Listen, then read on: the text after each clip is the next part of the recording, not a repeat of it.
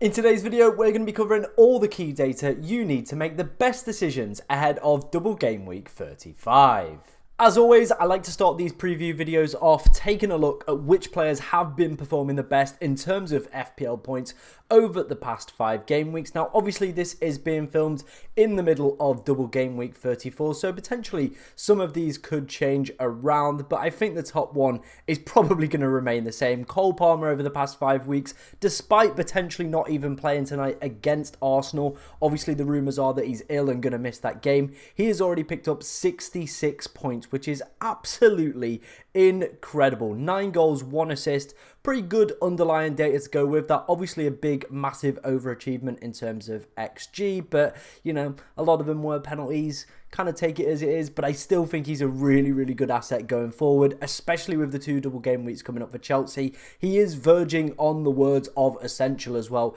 Definitely a player I would be looking to kind of go and target. Moving on to second place, it is Alexander Isak. Again, yet to play in double game week 34. His game against Crystal Palace is tomorrow evening, so he could further extend his lead in second place, but very much should be on a lot of people's transfer radars with the positive fixtures coming up for Newcastle United, Sheffield United in game week 35, and then obviously the double in game week 37. Mateta, interestingly, after his impressive performance over the weekend, again another game to come for him. Not one I probably would be looking longer term. I think obviously it was around this double game week where you probably should have gone for Mateta. I think now that ship has now sailed, so don't go and buy him. And then the final 2 ones are kind of a little bit interesting. Andreas Pereira has kind of crept up on this list out of absolutely nowhere. I wouldn't be recommending him though, because Fulham, the fixtures aren't the worst in the world. Palace, Brentford, City and Luton, but no double game weeks. I think there's plenty of other good midfield options as well with double game weeks coming up. So a player I wouldn't be looking to go and get. Bruno Fernandes, on the other hand, a very interesting option. Now, United have got some stellar fixtures coming up in game week 35 and beyond. Burnley, Crystal Palace, then the double against Arsenal and Newcastle as well. So definitely a player I would be considering. Maybe some of us might be looking for potential Salah replacements. I think Bruno Fernandes could be one of those players. 4 goals, a slight overachievement in terms of his expected data, but still has been cooking, maybe going under the radar, and could be a super differential come the end of the season if you do go for him for these double game weeks. Moving on to team data over the past 5 game weeks. Obviously, this could still change with some teams obviously having fixtures over Tuesday, Wednesday and Thursday. But taking a look at the worst defences in the league, West Ham are currently the worst defence in the league over the past 5 game weeks. And with Liverpool up next in game week 35, it might be worth holding on to some of those Liverpool assets. Maybe if you're like me, you're potentially thinking about selling Salah this week. I think I might keep him, you know. We're looking at this. West Ham defensively, absolutely terrible. Liverpool, on the other hand, with a game still to play against Everton as well, could be top of the pile for XG over the past 5 game weeks. West Ham right at the bottom as well. That to me spells like, you know, Liverpool could score quite a few goals in this fixture. West Ham defensively as well look all over the shop. It looks like Moyes is potentially on his way out as well. So maybe, you know, the players might just down tools to kind of confirm his departure and do get a new manager in. But who knows what could happen. But I definitely think looking at this data set, that is definitely something to consider. Keeping the Liverpool assets for game week 35 because they very easily could cook against one of the worst defences in the league. Some other standouts on there, obviously Manchester United. We've known they've been a poor defence over the past few weeks for a couple weeks now. In these preview videos, I've been telling you to go and target their defence because it has been absolutely atrocious. And it still could, you know, they still could be the worst team. Obviously, they've got to play Sheffield United next in midweek on Wednesday night, so we'll have to see how that one goes. But I still think maybe something to consider with their fixtures coming up. I think they might see a slight improvement. Burnley, Palace, Arsenal, Newcastle in the double, not the greatest, and Brighton. But for the next 2, we might see a little bit of improvement in Manchester United's defensive capabilities. But I think for that double game week, I probably would be looking to avoid any of their defenders. So maybe if you're on the wild card for 35, probably not worth going for any of the kind of defenders. I think Onana's fine as a goalkeeper option. He picks up plenty of saves because United are conceding so many shots. So even if he doesn't keep the clean sheet, he's still, you know, pretty proactive in terms of points and bonus score score points metrics as well. So I think he's an okay pickup, but in terms of like Dalot, Maguire, would be avoids for me. Take a look at some of the best attacks in the league. Obviously, we spoke about Liverpool, Chelsea. This is before their game against Arsenal tonight as well. 2 double game weeks coming up for them. So maybe people that are considering Nicholas Jackson need to take a look at this. Obviously, you know, Gusto, there's a slight doubt around him. He's being currently medically examined. So maybe Jackson could be the one, with Chelsea quite high up over the past 5 game weeks, creating plenty of opportunities. Nicholas Jackson behind a lot of those opportunities as well. Maybe fortunes are going to turn and they are going to have kind of a little bit of a switch up, and maybe goals are going to start flying in. City pretty much always there for XG over the course of the season.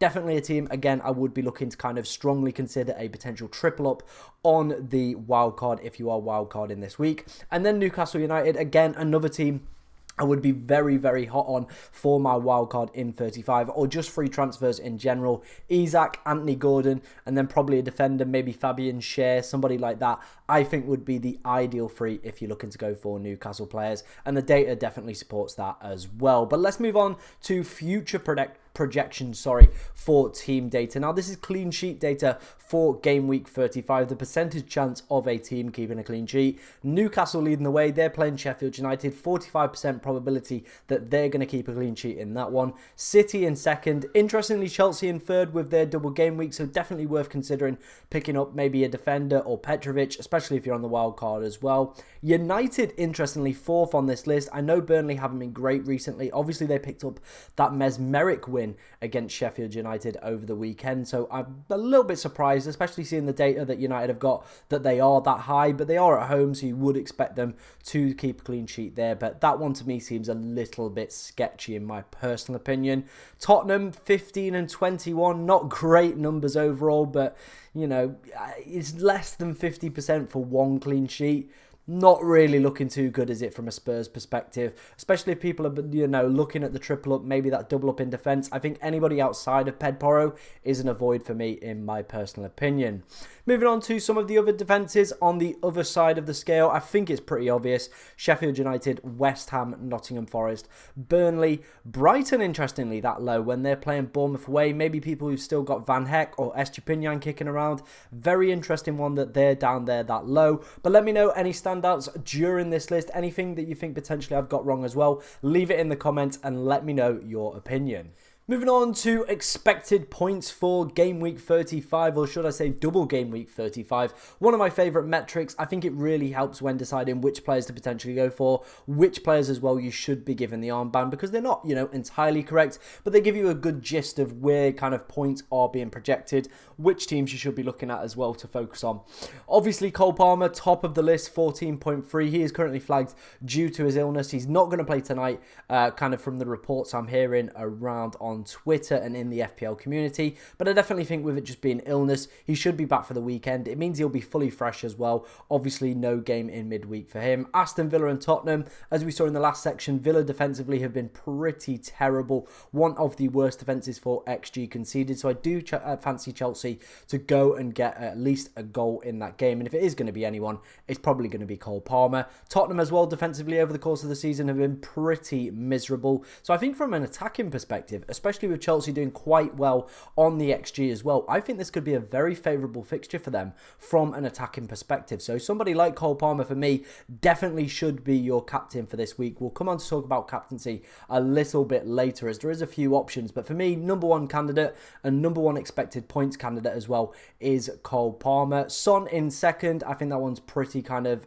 easy to guess as well. A double for Arsenal, not the easiest for Spurs. Arsenal and Chelsea. Chelsea, they probably will score in that one, but Arsenal defensively over the past few weeks, they have been one of the best defences in the league for XG conceded, so I wouldn't expect too much out of that game, but it is a North London derby. You never know what can happen in one of those, so let's wait and see on that one. Interestingly, Nicholas Jackson as well, another name on this list.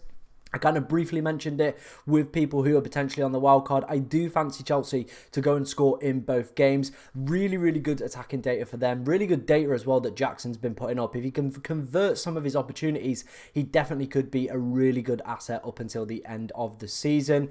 Isak, again, one of those other players I did speak about, very much highly kind of on my transfer list for this week if I was without him. But unfortunately, I've got him, so I'm very happy in that regard. He definitely should be a player you should be looking to go and get in your side. Some really good fixtures coming up. I'm surprised it's as low as 7.2. He is the highest non-double game week player as well. So maybe if you're thinking captaincy, you don't fancy going for Cole Palmer with his double. Maybe you just don't think that he's going to do exceptionally well.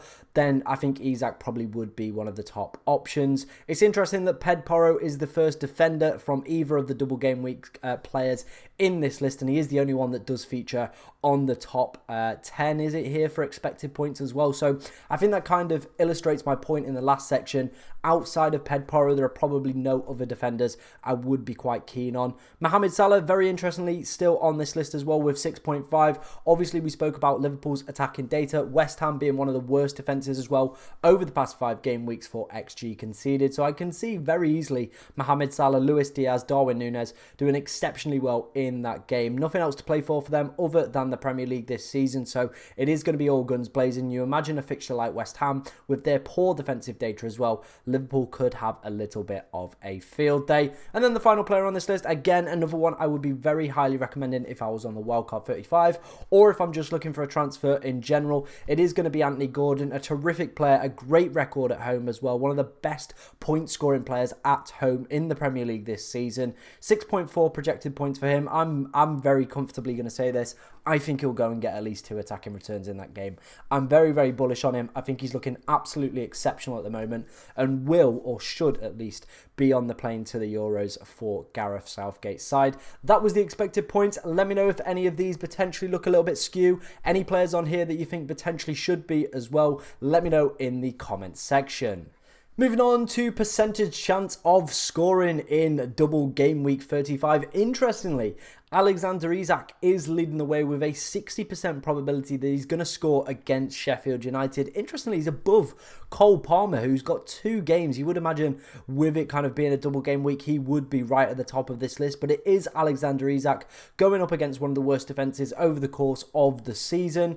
I think, it's a little bit of a maybe a miscue, there, from Draft Town, to be honest. I think Cole Palmer should be a little bit higher, but that's the way the metric has come out. It's predicting Isak to go and get a goal. 60% probability of a goal. So very, very strong transfer in for me. Cole Palmer as well, obviously up there. Son, Jackson we did touch on as well with 52%. Interestingly, Rasmus Højlund, not a player I was expecting to see on this list, to be honest, and not one I probably would be looking to go and get as well. He's just not been there, has he, from an eye test perspective, nor a data kind of perspective either. So I'm a little bit confused why he is so high for this game week. Other standout players, obviously we spoke about Anthony Gordon, Mohamed Salah as well. A player we've not spoke about is Dominic Solanke. Obviously scored in the first part of double game week 34. He is third for XG amongst all forwards and now has 18 Premier League goals to his name as well. So I think he's got a very good chance of scoring against Brighton. Defensively over the course of the season, haven't been the best defence, improved over the past 5 game weeks, but still, I would be backing Dominic Solanke. Maybe, like me, I'm still got him in my team. Obviously not got the wild card left. We used it in game week 30, so I think I might keep him for this week. He's got a strong probability of scoring. Maybe I could make the switch to Nicholas Jackson with him, obviously being quite high on the predicted points, and obviously the chance of scoring. We need to see if he gets through tonight's game as well without a yellow card, or he will be suspended for the double game week. Hopefully he can make it through that one, and it might be worth potentially switching up my strikers. If maybe Haaland's not fit, maybe I don't want to go for Solanke, maybe I want to make that move to Nicholas Jackson. He's definitely a player who is catching my eye, and from looking at this data set, looking at the predicted points, the underlying data as well in terms of team data and Nicholas Jackson data as well, he might be one of those players I do go and switch in my attacking lineup. Maybe take Dominic Solanke out and take a little bit of a risk with Nicholas Jackson. A super differential as well at 5.4%. But let me know what you think about Jackson down in the comments section below. And finally, rounding up today's FPL Game Week 35 preview, we're going to take a look at captaincy. Now, for me, I think there are 2 very strong candidates for captaincy this week. I obviously have spoke about Alexander Isak, Anthony Gordon. I do think they're good shouts for the armband, but with it being a double game week, I think the likes of Cole Palmer and Son do slightly edge them in terms of that. So I've gone for their past 5 game week data here. And as you can see, Cole Palmer is killing it, absolutely destroying Son on every single metric apart from crosses at the bottom, with both of them 0. The expected goals, the shots, shots on target, shots in the box, goal assists, expected assists, attempted assists, big chances created. Everything Cole Palmer touches at the moment is turning to gold. On the other hand, Son, I spoke about it in my wildcard video. I suggested that, maybe if he didn't have this double game week, I think a lot of us would be kind of potentially turning away from him as a potential option. But with him having 2 double game weeks, it's always going to be a little bit hard to avoid a player like Son. He's never been typically as well one of these players that has always smashed it in terms of his underlying data. He's always been one of those players that is just an excellent natural finisher. He gets an opportunity, he outperforms his XG on a consistent basis. Over the course of at least 3-4 seasons now, he's been doing that as a standard. So I wouldn't, the data, it is pretty poor. And I definitely think his on-field performances have taken a little bit of a nosedive in the past few weeks. But it wouldn't shock me to see Son go and get at least 1 goal in this double game week. On the other hand, Cole Palmer, though, for me, you cannot be ignoring the data and the form that this man is in. He's absolutely flying in terms of both his points, his on-field performances, eye test, and of course all the metrics that we're seeing on screen. So for me, I think he's the perfect captain candidate for this week. He's probably going to be the majority captain as well. I can see the appeal of going for Isak or Gordon, but with it just being 1 game, I'm not overly convinced. Sheffield United defensively still leaving a lot of questions, but they're still not making that list for the worst 5 defences in terms of expected goals conceded over the past 5 game weeks that we spoke about at the top of the video. But interestingly, Spurs and Aston Villa are. So that to me is just ringing alarm bells that we should not be looking anywhere else for captaincy. It should all be on Cole Palmer. I think maybe even if you've got the triple captaincy chip left, if he's obviously recovered from this illness bug that he's got, I would be tempted to go and give him the armband. I'm just going to say it, the triple captain armband. If you've got it left, I think this week could be the perfect week. He's playing 2 of the worst defences over the past 5 game weeks in terms of XG conceded. As you can see from the data that he's putting up as well, Chelsea's attacking data as well overall is fantastic. So I think this could be a mega haul week for Cole Palmer. But let me know what you think about that down in the comment section below. I think he's the #1 captain candidate for double game week 35. But if you think it should be someone else, let me know in the comment section below. If you've got any questions about your team as well, get them in, as I will try to answer as many as I possibly can. But thank you very much for watching today, ladies and gentlemen, and good luck this game week.